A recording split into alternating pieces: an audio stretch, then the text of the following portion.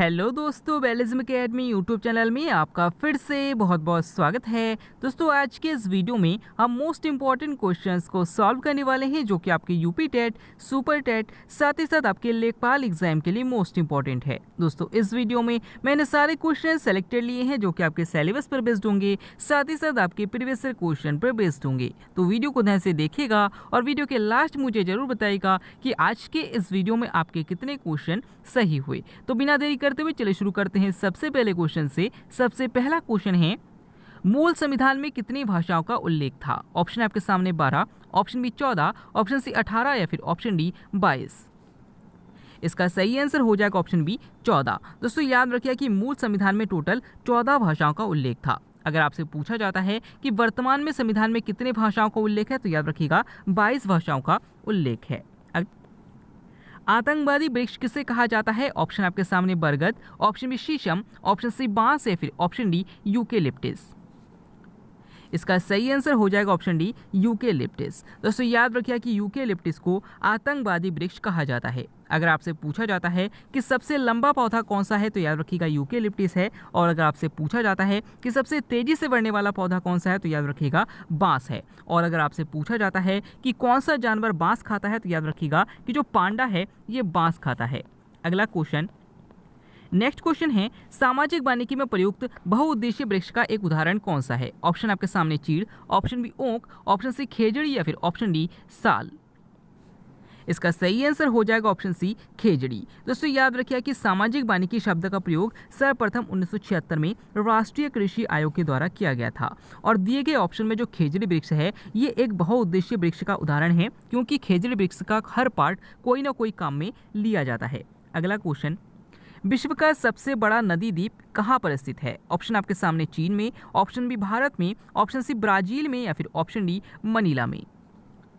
इसका सही आंसर हो जाएगा ऑप्शन बी भारत में। दोस्तों, याद रखिएगा कि विश्व का सबसे बड़ा नदी द्वीप जो है वो माजुली द्वीप है। और याद रखिएगा कि ये ब्रह्मपुत्र नदी पर है और असम में है। तो इनमें से कोई भी क्वेश्चन आपसे पूछा जा सकता है। अगला क्वेश्चन, वह स्थलीय भाग जो 3 ओर से जल से घिरा होता है उसे क्या कहा जाता है? ऑप्शन आपके सामने द्वीप, ऑप्शन बी प्रायद्वीप, ऑप्शन सी दोआब या फिर ऑप्शन डी महाद्वीप। इसका सही आंसर हो जाएगा ऑप्शन बी प्रायद्वीप। दोस्तों, याद रखिए कि कोई भी भूखंड जो 3 ओर से जल से घिरा होता है तो उसे प्रायद्वीप कहा जाता है। अगला क्वेश्चन, वह रेखा जो पृथ्वी को उत्तरी और दक्षिणी गोलार्ध में बांटती है उसे क्या कहा जाता है? ऑप्शन आपके सामने कर्क रेखा, ऑप्शन बी भूमध्य रेखा, ऑप्शन सी मकर रेखा या फिर ऑप्शन डी इनमें से कोई नहीं। इसका सही आंसर हो जाएगा ऑप्शन बी भूमध्य रेखा।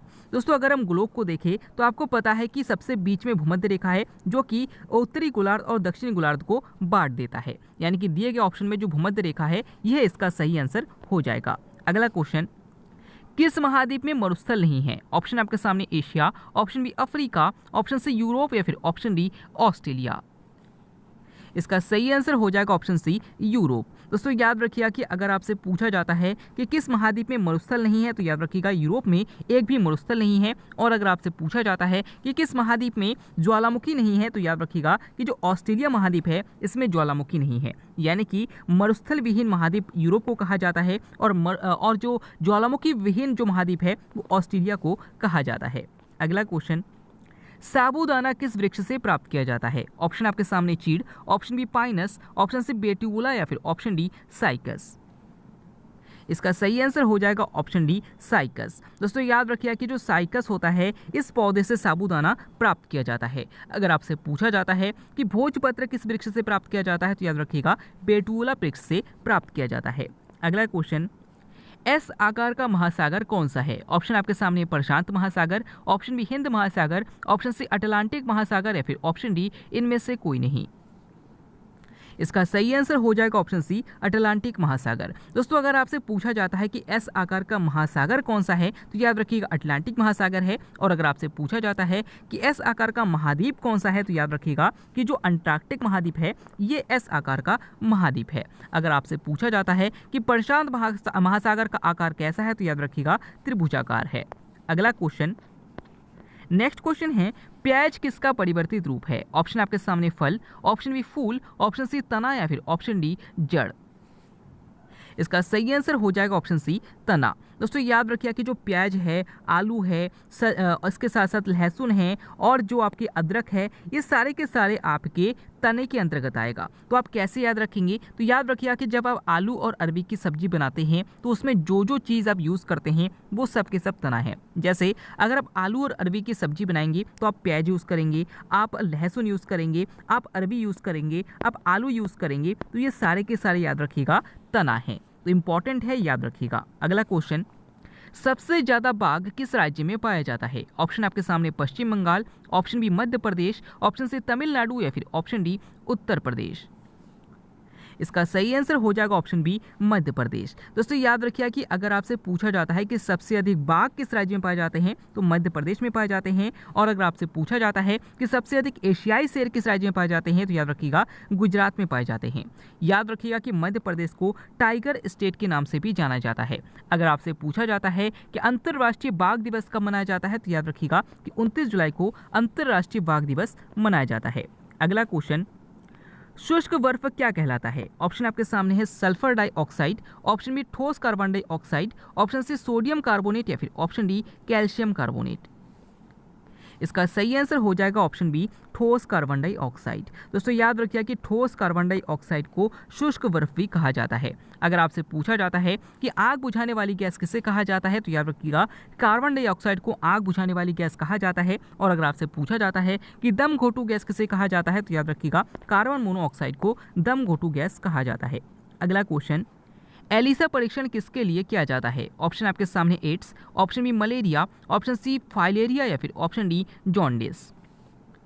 इसका सही आंसर हो जाएगा ऑप्शन ए एड्स। दोस्तों याद रखिए कि एड्स के परीक्षण के लिए एलिसा परीक्षण किया जाता है। अगर आपसे पूछा जाता है कि विश्व एड्स दिवस कब मनाया जाता है तो याद रखिएगा कि 1 दिसंबर को एड्स दिवस मनाया जाता है। अगला क्वेश्चन, पोलियो टीका की खोज किसने की थी? ऑप्शन आपके सामने Mendel, option B Louis Pasteur, option C John Salk या फिर ऑप्शन डी अरस्तु। इसका सही आंसर हो जाएगा ऑप्शन सी जॉन साल्क। दोस्तों याद रखिए कि पोलियो के टीके की खोज जॉन साल्क ने की थी। अगर आपसे पूछा जाता है कि पोलियो किससे फैलता है तो याद रखिएगा वायरस से फैलता है। अगला क्वेश्चन, आधुनिक भारत की मीरा किसे कहा जाता है? ऑप्शन आपके सामने Mahadevi Verma, option B Subhadra Kumari Chauhan, option C Amrita Kaur या फिर ऑप्शन डी आशापूर्णा देवी। इसका सही आंसर हो जाएगा ऑप्शन ए महादेवी वर्मा। दोस्तों याद रखिएगा कि आधुनिक युग की मीरा महादेवी वर्मा को कहा जाता है। अगर आपसे पूछा जाता है कि प्रकृति का सुकुमार कवि किसे कहा जाता है तो याद रखिएगा सुमित्रा नंदन पंत को कहा जाता है। अगर आपसे पूछा जाता है कि साहित्य के क्षेत्र में यानी कि जो ज्ञानपीठ पुरस्कार है पाने वाली पहली महिला कौन थी तो याद रखिएगा आशापूर्णा देवी थी।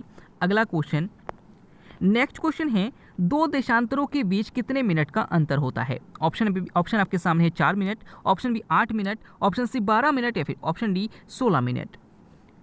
इसका सही आंसर हो जाएगा ऑप्शन ए 4 मिनट। दोस्तों याद रखिए कि पृथ्वी में जो खड़ी खड़ी लाइनें होती है जो कि काल्पनिक रेखाएं होती है इनको देशांतर रेखा कहा जाता है, और याद रखिएगा कि 2 देशांतर रेखाओं के बीच 4 मिनट का अंतर होता है। अगला क्वेश्चन, सुशासन दिवस किस तिथि को मनाया जाता है? ऑप्शन आपके सामने 20 अगस्त, ऑप्शन बी 15 जनवरी, ऑप्शन सी 25 दिसंबर या फिर ऑप्शन डी 11 दिसंबर। इसका सही आंसर हो जाएगा ऑप्शन सी 25 दिसंबर। दोस्तों याद रखिए कि 25 दिसंबर को अटल बिहारी वाजपेयी जी के जन्मदिन को सुशासन दिवस के रूप में प्रतिवर्ष मनाया जाता है। अगला क्वेश्चन, लिग्नाइट एक किसका प्रकार है? ऑप्शन आपके सामने लोहा, ऑप्शन बी कोयला, ऑप्शन सी अवरक या फिर ऑप्शन डी मिट्टी। इसका सही आंसर हो जाएगा ऑप्शन बी कोयला। दोस्तों याद रखिए कि जो लिग्नाइट है ये कोयले का एक प्रकार है। अगर आपसे पूछा जाता है कि भूरा कोयला किसे कहा जाता है तो याद रखिएगा लिग्नाइट को ही भूरा कोयला कहा जाता है। अगला क्वेश्चन, त्योहारों का नगर किसे कहा जाता है? ऑप्शन आपके सामने Haridwar, option B Kashi, option C Manali या फिर ऑप्शन डी मदुरई। इसका सही आंसर हो जाएगा ऑप्शन डी मदुरई। दोस्तों याद रखिए कि त्योहारों का नगर मदुरई को कहा जाता है। अगर आपसे पूछा जाता है कि घाटों का नगर किसे कहा जाता है तो याद रखिएगा वाराणसी को कहा जाता है। अगला क्वेश्चन, संसार के सर्वाधिक बोली जाने वाली भाषा कौन सी है? ऑप्शन आपके सामने हिंदी, ऑप्शन बी अंग्रेजी, ऑप्शन सी बंगला या फिर ऑप्शन डी मंदारिन। इसका सही आंसर हो जाएगा ऑप्शन बी अंग्रेजी। दोस्तों याद रखिए कि विश्व में सबसे अधिक जो भाषा बोली जाती है वो अंग्रेजी बोली जाती है और दूसरे नंबर पर मंदारिन बोली जाती है। तो दोनों क्वेश्चन इंपॉर्टेंट है, याद रखिएगा। अगला क्वेश्चन, मुगल गार्डन कहाँ अवस्थित है? ऑप्शन आपके सामने है लाल किला में, ऑप्शन बी राष्ट्रपति भवन में, ऑप्शन सी लोटस टेम्पल में या फिर ऑप्शन डी इनमें से कोई नहीं। इसका सही आंसर हो जाएगा ऑप्शन बी राष्ट्रपति भवन में। दोस्तों याद रखिएगा कि राष्ट्रपति भवन दिल्ली में है और रायसेना की पहाड़ी पर स्थित है। और याद रखिएगा कि मुगल गार्डन जो है ये राष्ट्रपति भवन में ही स्थित है और ये इसलिए प्रसिद्ध है क्योंकि यहाँ पर फरवरी और मार्च के महीने में यहाँ पे बहुत अधिक मात्रा में सुंदर सुंदर फूल खिलते हैं और इन्हीं को देखने के लिए दूर दूर से लोग आते हैं। इसीलिए याद रखिएगा कि प्रतिवर्ष फरवरी माह में इसको खोल दिया जाता है जिससे कि लोग इसका पर्यटन कर सके। अगला क्वेश्चन, भारत रत्न सम्मान देने की शुरुआत कब हुई? ऑप्शन आपके सामने 1947, ऑप्शन बी 1950, ऑप्शन सी 1954 या फिर ऑप्शन डी 1957। इसका सही आंसर हो जाएगा ऑप्शन सी 1954। दोस्तों याद रखिए कि भारत का सर्वोच्च सम्मान जिसे भारत रत्न कहा जाता है इसको देने की शुरुआत 1954 में की गई थी। अगर आपसे पूछा जाता है कि भारत रत्न पाने वाले पहले विदेशी व्यक्ति कौन थे तो याद रखिएगा खान अब्दुल गफ्फार खान थे। अगर आपसे पूछा जाता है कि भारत रत्न पाने वाली पहली संगीतकार कौन थी तो याद रखिएगा कि जो MS सुब्बलक्ष्मी हैं इनको सबसे पहली बार संगीत के क्षेत्र में भारत रत्न दिया गया था। अगर आपसे पूछा जाता है कि खेल के क्षेत्र में भारत रत्न पाने वाले पहले व्यक्ति कौन है तो याद रखिएगा सचिन तेंदुलकर है। अगला क्वेश्चन, राष्ट्रीय खेल दिवस कब मनाया जाता है? ऑप्शन आपके सामने है 9 फरवरी, ऑप्शन बी 13 जून, ऑप्शन सी 29 अगस्त या फिर ऑप्शन डी 23 दिसंबर। दोस्तों इस क्वेश्चन का आंसर आपको हमें कमेंट के द्वारा बताना है। आज के वीडियो में आपके कितने क्वेश्चन सही हुए, साथ ही साथ आज का वीडियो आपको कैसा लगा कमेंट बॉक्स में जरूर बताइएगा। हमारी मेहनत आपको कैसे लगी कमेंट बॉक्स में जरूर बताइएगा। मिलते हैं अगले वीडियो में, तब तक के लिए देखते रहिए, सीखते रहिए।